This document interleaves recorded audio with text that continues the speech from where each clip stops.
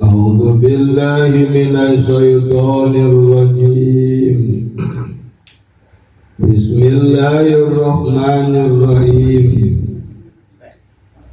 Wa mislu sholati bidzalika lan iku umpamane salat ing dalam mengkono-mengkono aya zaman bagiatil furudil muasati utawi kang karini pirang-pirang fardu kang jembatan kal haji kaya haji wa yajibu ala sasi lan wajib ing atase sas inda awalil bulugi ing dalam nalikan awal balik nasas ayat jam ala balik jamil wajibat Opentang aja misi sas ingatasi minggawen sakabe sake kang wajib wal intinai anjamil muaromati lan nerima ketiga saking sakabe sake kang den arabkeun wa man ja'ada wujubah sholati alaihi minal mukallafina fahuwa kafirun murtadun lan utawi sapa wong iku angas isiman ing wajib salat ing isiman saking mukallaf kabeh maka taimaniko kang kafir tur kang murtad wa yuddalu kufron ilam darji ilal islam lan den kata ini simare kang kufur lan ora balik isiman ilal islami maring agama Islam.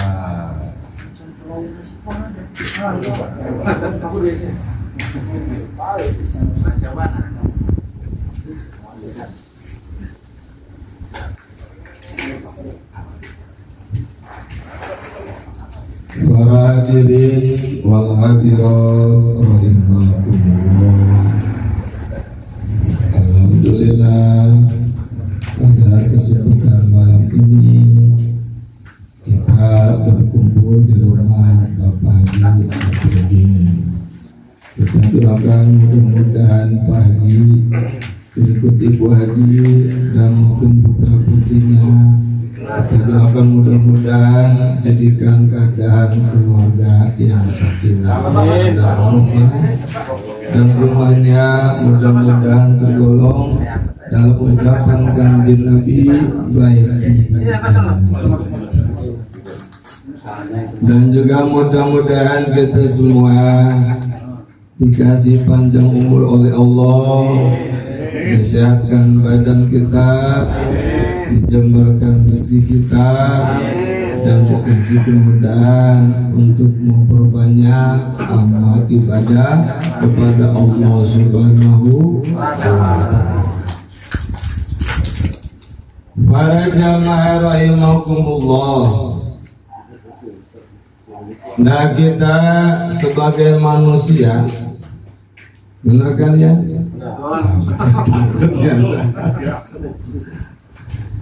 Nah, kita sebagai manusia dalam dunia, di dunia ini disebutnya aja waktu ikhtiar.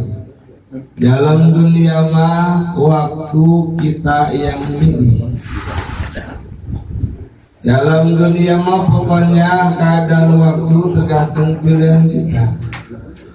Jangan-jangan waktu makanan tergantung selera kita. Di samping makanan apa aja di dunia mah tergantung selera kita. Makanya nggak boleh berdebat dalam selera.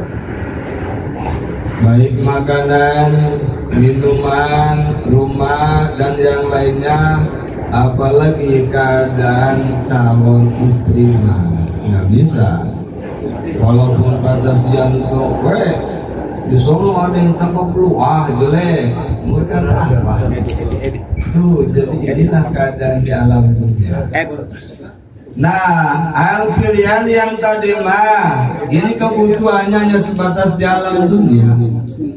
Nah, yang kita pikirin nih, pilihan kita di alam dunia yang nanti manfaatnya harus ada di akhirat. Ini yang penting. Mana dengan? Nah, kita kan di alam dunia dikasih modal oleh Allah luar biasa gedenya.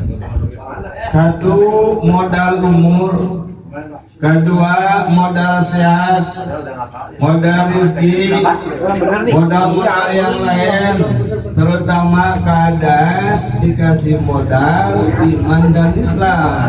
Nah ini kita manfaatin supaya nanti kita pulang menghadap Allah, modal tersebut berlipat ganda keuntungannya. Kan kita di dunia ini dagang nih.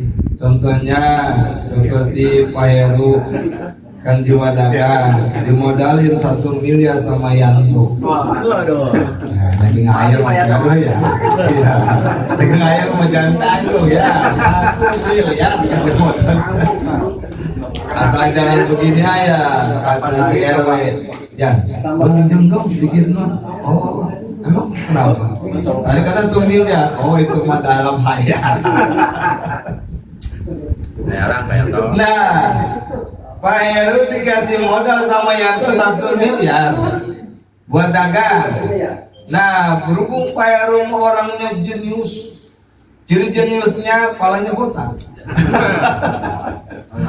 Yanto juga botak.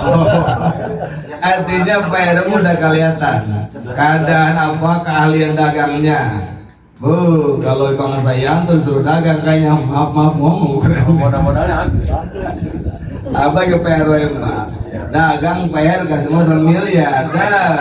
Kalau yang belinya potongan si Ahmad mah tuh ini nggak bisa, harganya sekian. Ditawar dikit juga nggak boleh. Si Adi datang. Baik, ini berapa? Cepat. Di telepon ya nggak bisa. Teman tinggal teman lagi begini mau. Gila yang datangnya jamu dasi. Ambil dia. Janda muda dada berisi. Pak RW ini berapa? Oh terserah mama aja. Makanya hati-hati ya RW kita ini punya Mahmud muda. Oh kata Pak RW untuk Mahmud mah terserah aja. Gimana Pak RW kalau goceng? Enggak apa-apa. Terus, nah tinggal Yanto, waduh ini Pak RW kasih modal 1 miliar. Nah ini belum ada setorannya. Dilihat lapak usahanya pun gembrang aja.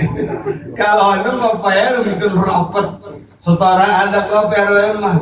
Weh, kamu nggak bisa dagang? Weh, kata siapa? Pak RW juga gue ngajarin. Nggak tahunya tuh mentongnya di jamu dasi ya. Nah itu kan kita dagang dalam dunia untung gede, gembiranya bukan kita gembira, keluarga kita gembira, teman-teman kita gembira, orang yang ikut gembira. Ini di alam dunia. Nah, urusan di alam dunia itu enggak jadi persoalan. Nih kita dikasih modal oleh Allah contoh tadi umur, keadaan apa, rezeki, tiga iman Islam. Ini kan modal dari Allah. Nih kita bisa nggak memanfaatin yang tadi? Ya minimal pulang modal lah minimal. Nih kalau kita bisa, nanti kita di alam kubur bakal gembira. Bisa ngajak istri kita, bisa ngajak anak kita, mungkin bisa ngapain teman-teman kita di surga. Sedangkan istri kita yang dalam dunia, walaupun segitu adanya, bisa bareng ke surga. Ini cantiknya ngalahin bidadari. Pokoknya udah orang beriman gak usah nyari pos 2, cukup satu yang penting gak ke surga gitu kan prinsipnya. Daripada pos 2 gitu di pos ronda. Nah inilah tuh jadi alam dunia mah pilihan terserah kita. Ente mau untung surga, ente mau rugi neraka. Itu jadi hak Allah ngasih modal, tetap kita yang yang ngolahnya. Apakah kita mau milih ke surga, apakah kita mau milih ke neraka? Nah ini mah ada di kita. Allah cuma ngasih modal, ngasih ikhtiar. Makanya dalam Al-Quran yang sering kita baca, wallahu yuridu zulman fil ibad. Enggak ada tujuan buat Allah menzalim terhadap hambanya. Contohnya nanti Nih pantauan kita nih di alam dunia ini kan kita kan hidup. Dikarenakan nih di diri kita nih ada keadaan 3 jenis keadaan. Nah yang pertama, sewaktu kita masih di sperma bapak kita, sepotong di sperma mama kita, masuklah dalam rahim ibu kita. Nah ini kan janin berkembang. Dari sperma naik ke keadaan darah timpal, ini kan hidup. Tuh di situ mah disebutnya jismani kehidupan. Terus 40 hari jadilah keadaan getih timpal. 40 hari kedua jadilah keadaan daging timpal. Ini masih jismani. Terus ntar masuk 40 hari 4 bulan barulah Allah mengutuskan malaikat. Ya malaikat khudil arwah yanto ambil yanto binanu. Tuh diambil. Itu nama kita nih. Contoh yanto ke dalam lain itu namanya udah ada. Nama yanto aslinya siapa ya? Udah Yanti. Udin. Apa sih itu yanto? Yanti malam Yanti. Nah itu rohnya udah ada namanya tuh. Nah itu namanya bisa 1, mungkin bisa ada cadangan 2, bisa 3.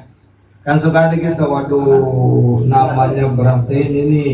Nah kita ya ganti emang misalnya namanya ada syaratnya 2. Mungkin 3, mungkin 4, tergantung kebutuhan. Memang di sononya udah ada segitu. Tuh jadi semuanya nggak ada yang keluar. Nah masuk 4 bulan baru dimasukkan roh. Ini namanya ruh jismani. Itu tadi jismani kehidupan. Nah yang kedua itu keadaan ruh jismani atau ada bahasa kerennya mah ruhul hayat. Ruh kehidupan itu badan kita. Nah masuk roh di sini udah tertulis keadaan persiapan kita ke depan, baik umur, keadaan nasib, bahagia dan celaka, iman dan Islam sudah tertulis semua. Nah inilah keadaan sebutnya ruh jismani ataupun ruh hayat. 4 bulan, 5 bulan terus naik ke 9 bulan. Nah ada tulisannya nanti yanto kamu keluar tanggal sekian bulan sekian keluar. Nah itu udah 2 alam. Yang pertama di alam rahim, yang kedua alam dunia. Tuh di alam dunia kita udah ketahuan lamanya sekian. Tuh udah ada 2 ruh. Nempel lagi ruh yang ketiga, mana ruh rohani. Nah kalau rohani ini kalau dia keluar, nah nanti kita mimpi. Kan suka ada kita, oh semalam gua mimpi. Nah itu namanya keluar bukan ruh rohani, bukan ruh hayat. Kalau ruh hayat keluar mati dead lah. Nah ruh rohani keluar, kalau akal nemenin nanti apa yang dia lihat kebayang. Andainya yang mimpi kenalan sama janda cakep nggak berani udah kebaca maksudnya kealaman sama dia ya pengalaman dia. Nah Ruruwani yanto ngimkas ngelihat andainya Agus lagi makan sate. Makan sate enak, kelihatannya gembira. Pas mayat dokter kan nggak ada. Digebrok-gebrok itu roh. Nah terus saya beres itu apalagi nih tuh jadi yang dilihat sama Ruruwani dalam tidur kita kalau akal ngikutin itu impian nanti pas bangun. Aduh kata si Yanto, Masya Allah, kenapa? Itu ayah mimpi Agus beli sate, kenapa lihat terus pas duitnya nggak ada, bukan talangin sih. Atau iya kau pengen mah. Nah itu namanya ruhyani. Nah kalau itu ruh keluar, ruh hayat kan ikut, woi ikut boleh, mana? Bebarengan disebutlah ruhul hayat. Nah yang paling istimewa kata ruhul kursi. Ruh kursi adanya bijaubil kolbi dalam kedalaman kolbu kita. Nah inilah ruh kursi ini. kalau kita bisa mengeluarkan ruh kursi ini seperti rohani, nah kita akan diangkat derajat oleh Allah, langkawel jadi solihin, kasornya terus nantinya jadi waliyun min auliyaillah kalau ruh kursi kitanya bisa keluar. Kata RW, udah ya pusat keluarin, emang gampang kalau ruh kursi ngeluarin ruh kursi mah. Nah, jangan-jangan kita ngeluarin. Nah, kita mengembangbiakan dalam kalbu kita aja prosesnya luar biasa. Langkah awal kita harus punya ilmu syariat. Syariatnya rapi, diringi dengan ilmu tarekat. Nah, tarekatnya rapi, nah itu mulai ada kehidupan, ada keadaan kehamilan dalam ruh kursi. Nah, masuk ke hakikat itu ruh kursi keluar, disebutnya kelahiran ruh kursi. Nah, kalau ini keluar, orang tersebut diangkat jadi wali, dikarenakan dia udah bukan setara dengan yang lain. Dia kalau bicara sholat udah tahu hakikatnya sholat. Sholat menghadap Allah, dia udah bisa ngelihat kepada Allah. Sholat menghadap anu-anu udah kebaca. Bahkan dia mah jangan sholat, luar sholat dia mah melebihi dari orang yang sholat. Ini kalau ruh kursinya udah keluar, disebutnya nanti mainnya dia di alam laut.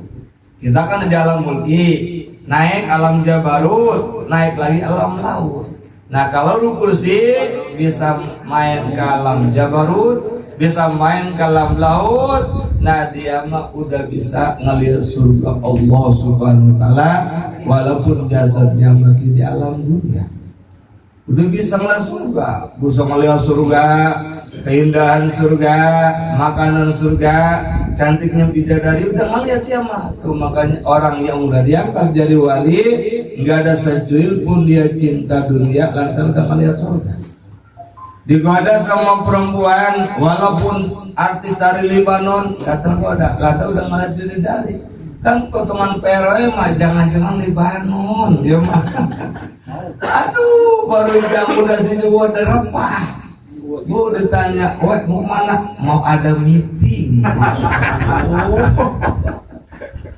Nah inilah tuh makanya kita nih ibadah kalau masih menggunakan ruh, keadaan apa? Ruh hayat mah capeknya sholatnya nggak khusyuk, puasanya nyari makanan enak kayak terus. Nah kalau datang ke situ ini bakal nikmat. Caranya tadi rapiin dulu syariat, nanti nama subtarekat datang ke hakikat. Inilah sebutnya ruh kursi. Nah tadi kasalnya bisa rekreasi kalam jabarut, rekreasi kalam laut, dia bisa bertemu dengan Gusti Allah, nanti menyatu dengan keadaan nur Allah, disebutnya wahdatul wujud. Nah ini yang sering kita sebut, contoh kita sesi jenah. Secara syariat sasar, tapi untuk makom dia mah benar, dikarenakan ruh kursinya udah keluar, udah datang ke alam laut, bisa melihat Allah, masuklah menyatu dengan nur Allah, disebut ruh kursi. Man ini mah sebatas pengalaman aja ya, jangan dihayati, jangan pakai. Ini mah tahunya jauh, takut nanti di Puri ada orang nyeritain, kata dia, aduh Yan, semalam gua ngeliat Cesar Tuda itu, bu, di mana? Sini tuh di kecamatan. Lain ngapain? Lagi duduk kayak dia. Oh, dengan kopi kali ya. Nah, kita udah bisa ngabaca. Waduh, kalau bahasa ngeliat yang ngomongnya kiai mungkin wajar. Kalau bahasa ngeliatnya Pak RW mah, oh Pak RW siapa? Si Sarif Hidayatullah. Oh si Sarif. Itu bisa nangkal. Mustahil. Lantaran kita ngeliat orang yang bicaranya siapa. Anehnya ada lagi orang nyeritain, oh saya malam ketemu dengan apa keadaan Jakarta Pinggir, dengan ulama-ulama atau wali-wali yang udah maut. Kita lihat, kita udah bisa membaca. Dikarenakan tuh untuk tahapan melihat itu harus menggunakan ruh kursi. Sedangkan lewatnya syariatnya rapi, tarekatnya rapi, baru datang. Kalau ini orang mondok enggak ngaji enggak. Nah, baca Fatihah juga berenang mendung, udah basah ngelihat sesari tidak itu. Ngelihat keadaan apa? Sesi apa ngelihat keadaan jakat tinggi dan yang lainnya itu bohong. Itu setan yang dia lihat. Inilah dikarenakan zaman akhir ini banyak orang yang ngomong-ngomong kayak tadi yang bikin kita bingung. Gue bingung sama dia, kenapa? Nggak lagi ngomong alat gue ini goib. Udah sekarang kita punya modal, lihat yang ngomongnya siapa. Kalau nggak ngomongnya bangsa ukuran PRW, percaya nggak ya? Enggak. Masih ketemunya muda. Nah inilah sebatas wawasan.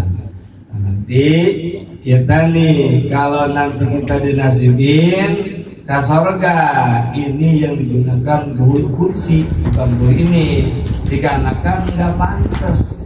Surga segitu indah megah, nah diisi potongan kita kan nggak layak, makanya diganti udah kursi, baru kita semua disalin supaya pantas dengan keindahan surga. Para jamaah rahimakumullah. Nah untuk membersihkan kerja perjalanan ruh kita dalam dunia sampai maut menghadap Allah. Nah ini kapan di alam dunia ikhtiar yang kita gunakan keadaan syariat.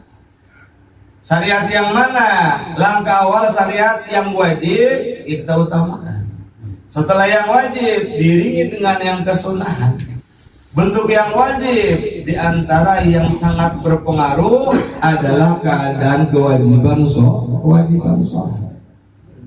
Nah kata keadaan ulama, awalu ma yuhasabu ala kulli mukallafin as-sholat. Awal yang pertama ditimbang nanti di alam mahsyar sholat. Idza shaluha, di mana sholatnya bagus, shaluha sairul amal, amal-amal yang lain akan terbawa bagus.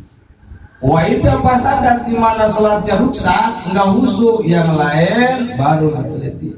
Coba lihat PRW puasanya. Oh dilihat puasanya, puasa pertama bagus. Ciri bagusnya dikarenakan habis subuh tidur, bangun zuhur, habis zuhur tidur lagi. Bangun asar, tidur lagi, bangun maghrib, bagus kata malaikat daripada ngelayak. Tuh, malaikat mah perbandingannya, udah kan tidur daripada lu ngelayak, tuh bagus ya udah. Puasa kedua separuh, pagi kajor tidur, habis zuhur ngabuburit dia. Ya namanya ngabuburit kata malaikat. Nah, pas ujung kata malaikat, ini si puasa bukan sih? Masa pagi-pagi jam 7 udah janjian sama Jai, ntar kita mau ngabuburit di pantai anu ya. Kata malaikat lagi puasa. Nah, tuh, disitulah keadaan amal ibadah kita. Nah itulah keadaan puasa dilihat. Nah ada yang bagus masukin. Coba lihat sudakonya terus repot kita dilihat amal-amal yang lain. Ada yang bagus nggak? Kalau yang bagus masukin, kalau yang jelek dibuang. Tuh makanya langkah yang paling simpel sholat kita rapiin. Bentuk perapiannya, langkah pertama bacaannya, Fatihahnya kita rapiin. Gerakan sholatnya harus akur, harus sesuai dengan ucapan kanjeng Nabi, shollu kama ra'aitumuni usolli. Nah, ini rapi aja, yang lain udah enggak dilihat lagi. Pas dilihat, coba nama RW bagus malaikat surga. Ada yang ikut dong, enggak bisa lah ini. Nah inilah pokoknya paling simpel sholat. Makanya sehebat apapun orang, kalau menyembelihkan sholat, nah itu tetap ya enggak ada nilai istimewanya. Kan contoh kemarin kita enggak sempat di awal waktu gunakan azan. Ntar saya jam sekian mau sholat, jangan sampai tergolong kepada fawailul lil musallin. Wa mislu sholat bidzalika baqiyatul furud. Seperti keadaan sholat, kita boleh azan kalau memang kita nggak bisa di awal waktu. Nah, baqiyatul furud, kefarduan yang lain. Contohnya keadaan puasa, Nah kita puasa nih, kita uzur nggak bisa azan, saya mau puasa, terus kita azan ya. Nah termasuk ibadah haji, kal haji seperti haji nih, tetap kita dapat sunnah harus azan di ajengan. Pan ibadah haji masa tuh nunggunya lama, kedua daftarnya lumayan, perlu nasi sekian. Wah kayaknya kalau potongan saya mau buru-buru buat daftar haji makan juga. Kita pikiran jangan pendek. Emang Allah itu keadaan apa bos kita? Allah itu sang pencipta yang mengatur rezeki alam dunia. Nggak mustahil buat Allah mau berangkatkan keadaan si Anto. Walaupun Anto nggak punya gaji, kalau memang Allah berkehendak nggak ada kesulitan. Jangan-jangan Tianto itu orang pun nih. Jangan kita semua yang hadir. Hitungan logika kita nggak punya persiapan, tapi Allah berkehendak nggak ada halangan. Tuh makanya kata di sini bagiatul qurud, kepatuhan yang lain juga tetap kita harus azam. Tuh makanya kita azamin, saya azam, seandainya saya kan nasibin, ada nasib ada nisab, saya pengen berangkat haji. Tuh jangan sabtu golong, wah orang puri tulisannya orang yang melalaikan ibadah haji. Kata kita, kok dari segi apa saya? Ternyata itu nggak ada azan, nggak ada niatan kuat buat berangkat ibadah haji. Wa yajibu ala sayyidina walil qulubi ayazama fali jamil wajibat. Nah wajib terhadap seluruh kaum muslimin wal muslimat di mana-mana masuk balik ya, nah ini wajib diazam. Apa azaminnya? Balik jamil wajibat, mengerjakan seluruh yang diwajibin.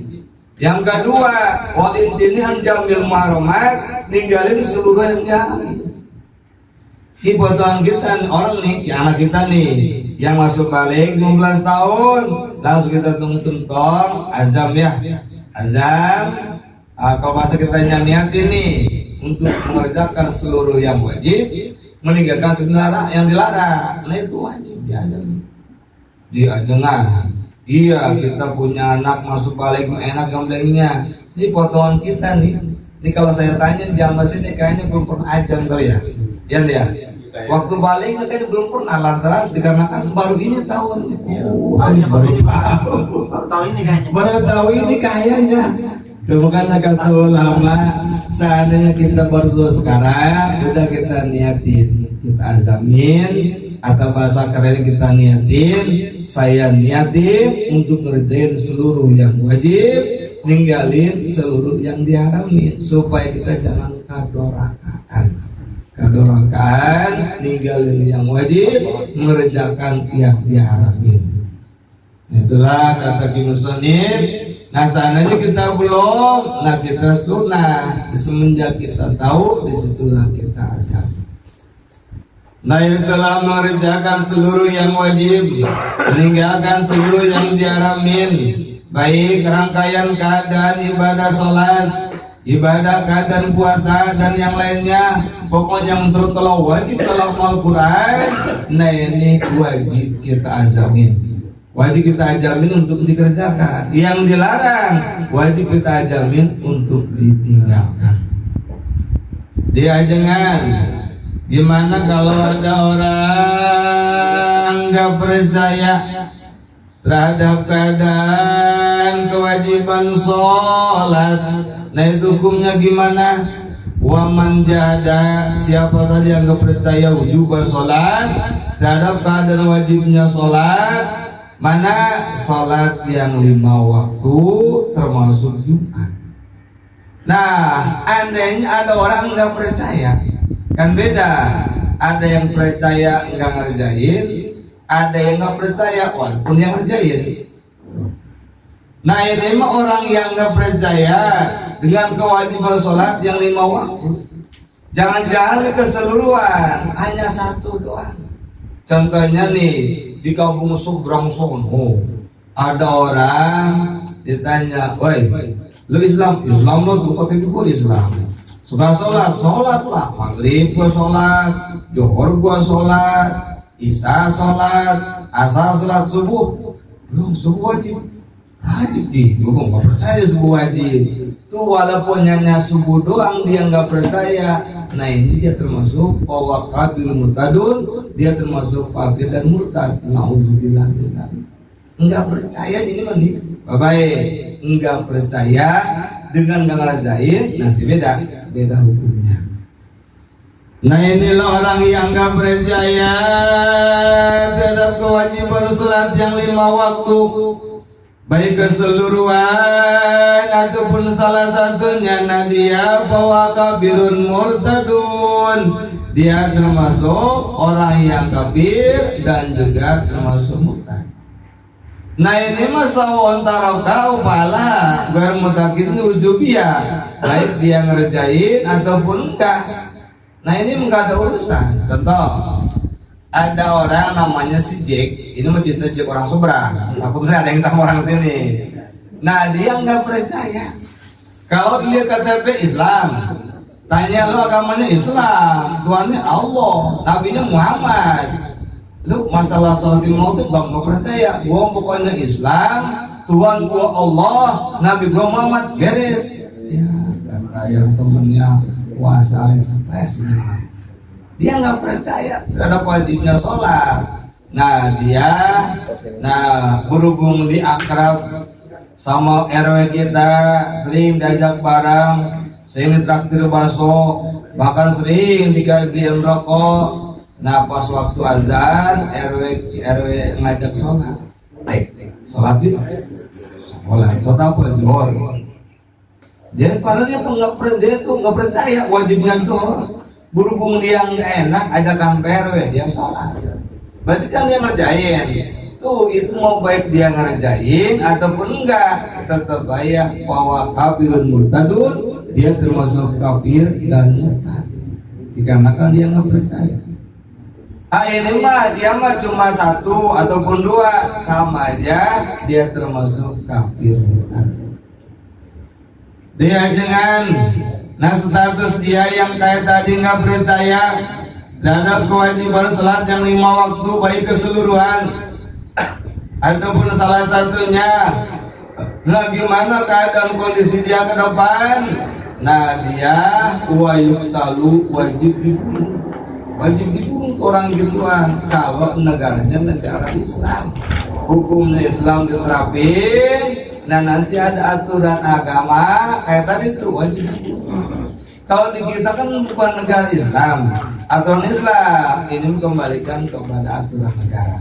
Yang penting kita keluarga kita, lingkungan kita tuh jangan sampai kena kayak tadi, jangan sampai tergolong kepada orang yang nggak wajib percaya, yang nggak percaya terhadap kewajiban sholat. Nah dia wajib dibunuh bahkan. Dia wajib dibunuh secara negaranya Islam. Setelah dibunuh walayul sholu alaih, dia nggak boleh disolatin dikarenakan dia tergolong kepada kafir dan murtad. Walaupun KTP-nya Islam, bisa ngomong syahadat pengek, gara-gara dia nggak percaya tergolong kayak tadi bunuh, nggak boleh disolatin, haram solatin. Nah di samping nggak boleh sholatin, nanti kasarannya mandiinnya nggak wajib. Itu gimana itu? Itu pokoknya nggak wajib mandiin. Berarti kalau nggak wajib dimandiin, mau kayak apa juga kita bebas. Contohnya Saleh mengalih orang seberang, dia kayak tadi dibunuh. Kata yang lain, Ustaz mandiin, nggak wajib dimandiin. Sama Ustaz langsung ditarik kali cemplungin. Lupa ya, itu Ustaz nggak ada rangka. Kan nggak ada kewajiban mandi. Ini emang nggak kayak tadi. Namanya di rumah ada kolam, dicemplungin ke kolam kopiok kayak kita ngomong kangkung. Nah ini kita nggak tolerankan dikarenakan nggak ada kewajiban mandi.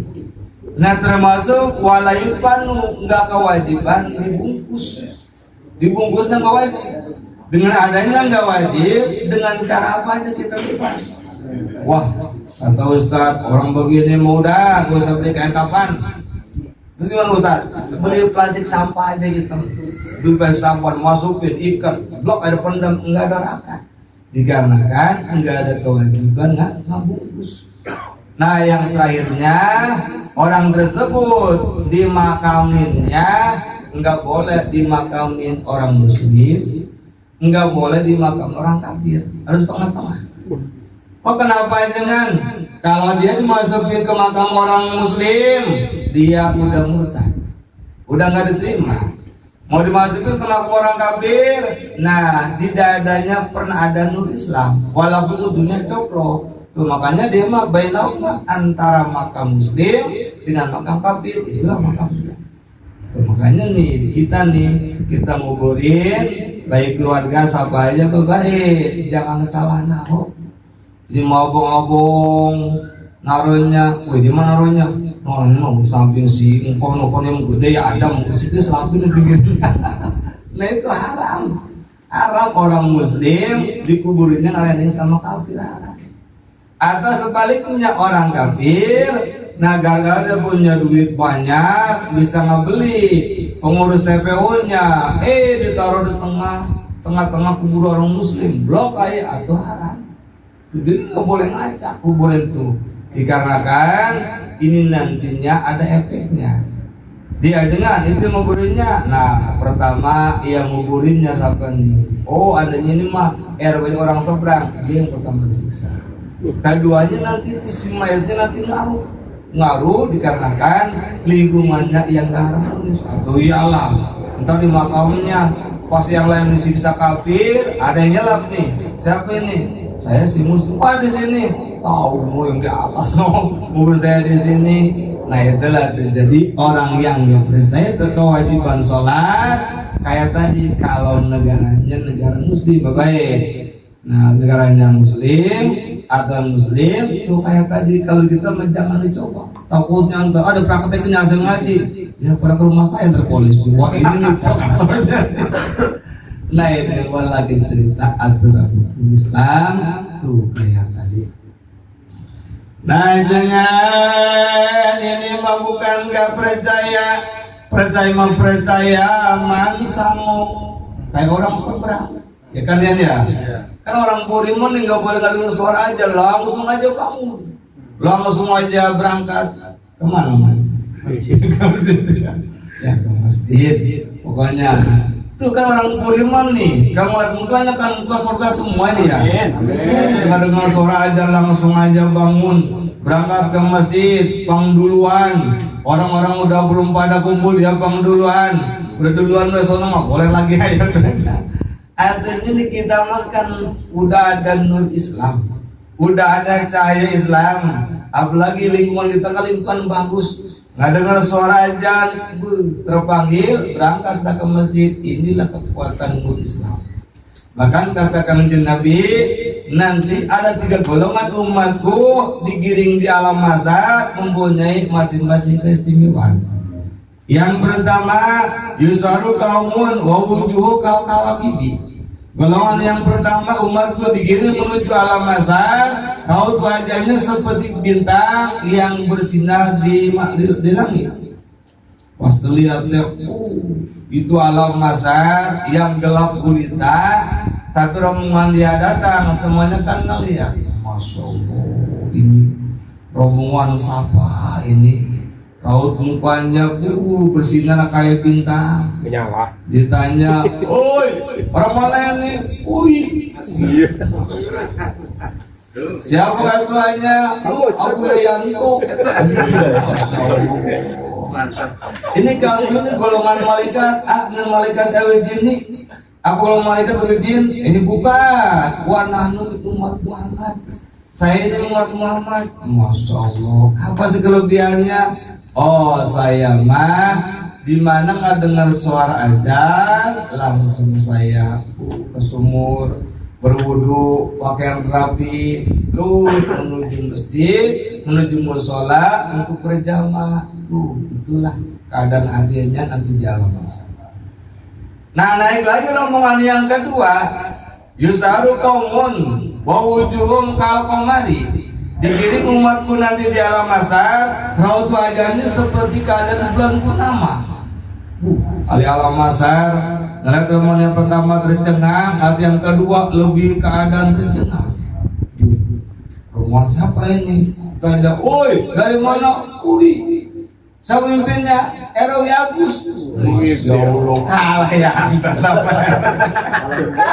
Kalah gede. Hati ini Purnama kan. Masya Allah. Atau mainnya di lapangan dulu. Nah ditanya, ini kamu dengan malaikat di awal ini? Apa kalau malaikat jin? Bukan. Nah ini umat Muhammad. Saya ini umat Muhammad. Apa ibadah kamu? Nah saya mani ajan berkumandang, saya mah udah itikaf di masjid, udah itikaf udah duduk di musola menungguin keadaan muadzin semua ajan. Masya Allah tuh kayak tadi. Nah rombongan yang ketiga yusaru kamun wa ujum kasamsi.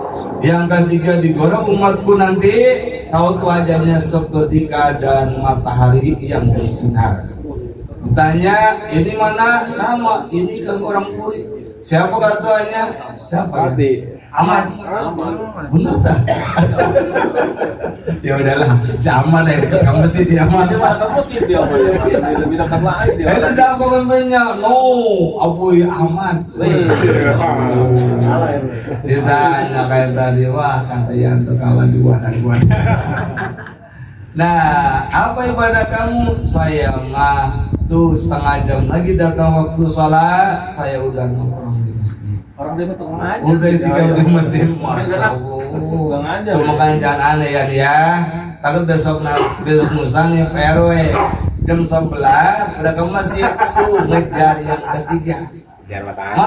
Mana herannya nih, ajan beres, sholat beres, PRW di mana? Nyelap di pojok.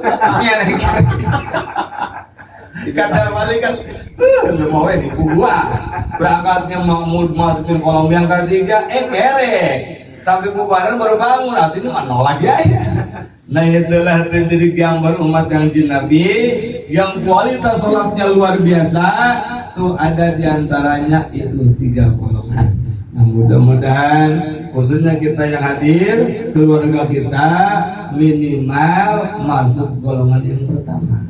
Apalagi masuk yang kedua istimewa, lebih-lebih golongan yang ketiga.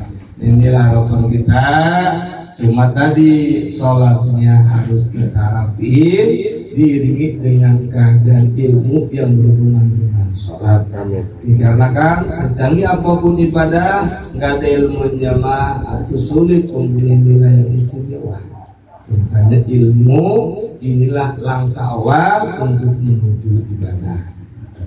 Nah, tinggal nanti kita ceritain sholat itu kira-kira bisa istirahat apa enggak? Masya Allah. Takutnya ya bilangin dia gue nitip gak sholat dulu. Masya Allah. Wala taskutu wallahu a'lam bishawab. Ada pertanyaan? RW biasanya mau nanya. Dia Masalah yang di tengah-tengah kayaknya RW mau nanya. Tanggung jawab soalnya. RW. Ada Delegasikan. Dia mau nanya Pak. Tapi di luar sholat, tapi di luar bahasan ini gitu boleh? Boleh. Untuk musafir, Ustaz. Iya. Untuk kita kalau musafir tuh Iya. kan ada rukhsah sholat tuh boleh jamak kosor. Iya. Musafir kan 3 hari ya Ustaz. Maksudnya kita diam di suatu tempat gitu. Iya. Nah, itu rukhsah itu boleh diambil atau misalkan boleh diambil nggak atau kita nggak ngambil gitu? Rukhsah jamak kosor itu. Dalam pelaksanaan sholat ada 3 jenis. Satu namanya Islam, kedua namanya jamak, ketiga namanya keadaan ada Islam, ada jamak, ada qasar. Contoh Islam yang biasa kita kerjain setiap waktu sholat kita sholat, itu namanya Islam, baik di rumah ataupun dalam perjalanan. Nah kalau rukhsah nanti penggunaannya ada 2, ada sebatas jamak doang, ada sebatas qasar doang, ada yang di double-nya jamaknya qasar. Ini agak dalam penelitian nih. Contoh kalau jamaah doang nih, kita kan dalam perjalanan, syaratnya perjalanannya bukan maksiat. Kalau pengasal mau lihat bola di Persib nggak boleh, nggak boleh. Atau punya nomor baru, pengen ketemuan di mana? Di sana nggak boleh, itu bayan. Kosong nggak boleh. Perjalanannya bukan maksiat. Contoh kerja, dagang, silaturahmi. Nah itu jarak tujuannya paling rendah 100 kilo, paling rendah. Kalau ke umum usah, kalau kursus tuh dengan jarak tempuhnya paling dekat 100 kilo. Namun 100 kilo juga kalau naik mobil malah lama, pesawat cepat. Satu. Nah ini boleh dua, boleh jama, boleh qasar, boleh kombinasi. Kalau jama, nanti kita ambilnya jama yang mana? Kalau jama takdim, hati sedikit agak dalam nih. Kalau jama takdim, asar ditarik ke zuhur. Nah, ke zuhur. Penggunaannya zuhur dulu, sholat zuhur dulu, baru asar. Jumlah rakaatnya, ini kan baru bicara jama doang. Berarti masih normal. Zuhurnya 4, asarnya 4. Nah, kalau kombinasinya jamanya qasar, berarti zuhurnya 2 rakaat, asar 2 rakaat. Ini jama takdim. Jo asar dengan zuhur. Nah peluang yang kedua isya ditarik ke maghrib, yang takdim juga. Penggunaannya kayak tadi, kalau jama doang berarti isya maghrib normal 3, isya 4, cuma pelaksananya di waktu maghrib. Nah kalau jama qasar maghrib normal 3, jangan 1,5 jangan 3, nanti cuma isya 2 rakaat. Itu jamak qasar takdim. Kalau jamak takhir mundurin pengerjaan zuhur di waktu asar. Pelaksanaannya kalau jamak doang kayak tadi normal. Asar dulu 4, baru kita zuhur 4. Jamak takhir maghrib ditarik ke isya. Maghribnya di waktu isya, maghribnya 3, asar isyanya 4, sama. Nah kalau sama qasar, contoh tadi zuhur dipundurin ke asar, kan jama takhir. Zuhurnya 2 rakaat, asarnya 2. Jama takhir qasar, maghrib 3 isyain, maghribnya 3, isyanya 2. Nggak bisa 1,5, nggak bisa. Nggak ada. Itu kira-kira paham nggak Bin? Paham Ustaz. Pertanyaan itu kalau kita musafir nih. Oh itu mau, itu pertanyaannya penggunaannya. Iya. Nah agama itu ngasih kelonggaran. Ini kamu mau yang mana? Katanya saya mah nih ngelihat nggak ada kesibukan, mungkin semamayan nih walaupun kita jarak tubuhnya 100 kilo, abdol, karena kan kita nggak mengosongkan waktu. Nah, ini mah kesulitan dikarenakan kita andainya seperti naik bus jarak, kan bus kan kalau terlalu banyak berhenti kan nanti komplain supirnya. Supaya jangan timbul fitnah, udah gunakan aja keadaan. Di dalam perjalanan kita bebas, mau ismam, mau rukso, terserah kita enaknya di mana. Cuma ada ulama, udah kita manfaatin aja ilmu kita. Kita kan tahu nih, make ilmu supaya kita jangan tahu nama nggak tahu pelaksanaan. Makanya kebanyakan ulama-ulama itu makanya rukso, baik jamak ataupun jamak qasar. Ada lagi yang lain ya? Iya. Assalamualaikum warahmatullahi wabarakatuh. Mengenai sholat Jumat, Pak Guru, Jumat ini kan menggantikan sholat zuhur untuk yang khotbah ya, Ustaz ya. Nah kalau misalkan kita Jumatnya ini kita agak telat, tiba-tiba pas khutbahnya udah di tengah-tengah, udah masuk istilahnya doa ya, si khutbahnya itu lagi udah duduk ya khutbah. Nah itu sholat kita gimana gitu, Ustaz? Dan jadi assalamualaikum warahmatullahi wabarakatuh. Terjadi Jumat ini menggantikan zuhur. 2 khutbah nutupin 2 rakaat zuhur. 2 rakaat zuhur nutupin 2 rakaat Jumat. nutupin wal fardhu. Kalau khutbahnya sempurna, Jumatnya sempurna, haram kita ngadori. Kalau sempurna, contoh tadi Pak RW, kita datang ke masjid, udah khutbah yang kedua, nanti kan kita khutbah ini kan kaitan. Nah, Jumat kita beres nikum Jumat, bangun lagi nambah 2 rakaat, nutupin kan khutbah yang tadi. Jelas lah ya. Ada yang lainnya? Ayo Ustaz. Ayo silakan. Assalamualaikum warahmatullahi wabarakatuh. Waalaikumsalam. Yang dulu mengajar tadi Pak Ustaz. Hah? Ijam tadi itu ya. Ajam. Pak. Sedangkan dalam diri kita ini sudah bersumpah. Ketika kita nggak melakukan yang wajib atau yang sunnah, itu gimana hukumnya? Karena kan dalam diri kita ini udah bersumpah gitu. Apa nanti ada pertanggungjawaban tersendiri atau gimana? Karena kan tadi baru sekali ini saya dengar jam itu Ajam. ya. Sedangkan kita kan hari awal jamaah, tapi sunah banyak yang kita tinggalkan gitu. Gimana ya? Jadi kalau Assalamualaikum warahmatullahi wabarakatuh. kalau tadi kita di mana masuk balik, kita wajib ajam. Ajam itu kita niatilah, kalau bahasa gampangnya mah, saya berniat untuk melaksanakan seluruh yang wajib, meninggalkan seluruh yang dilarang. Nah, pelaksanaan kita sebaliknya, ini mencerita orang seberang kan. Contohnya sholat 3, puasa bolong, enggak, berarti kan enggak sesuai dengan aturan.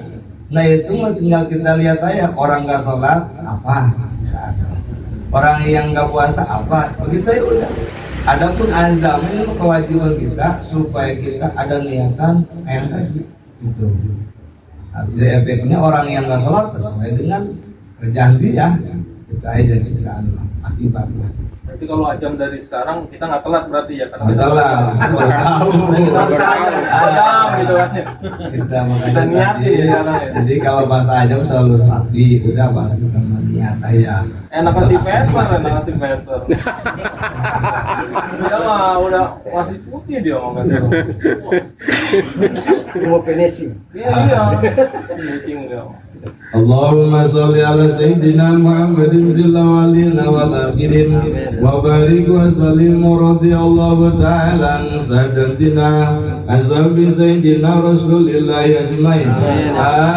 Amin ya rabbal alamin. Allahumma hdina siratal mustaqim siratal ladzina an'amta 'alaihim minan nabiyyin wasiddiqina wasyuhada'i wassalihin wa sallallahu alaika rabbika dzalikal fadlu min Allah wa kafa billahi alima.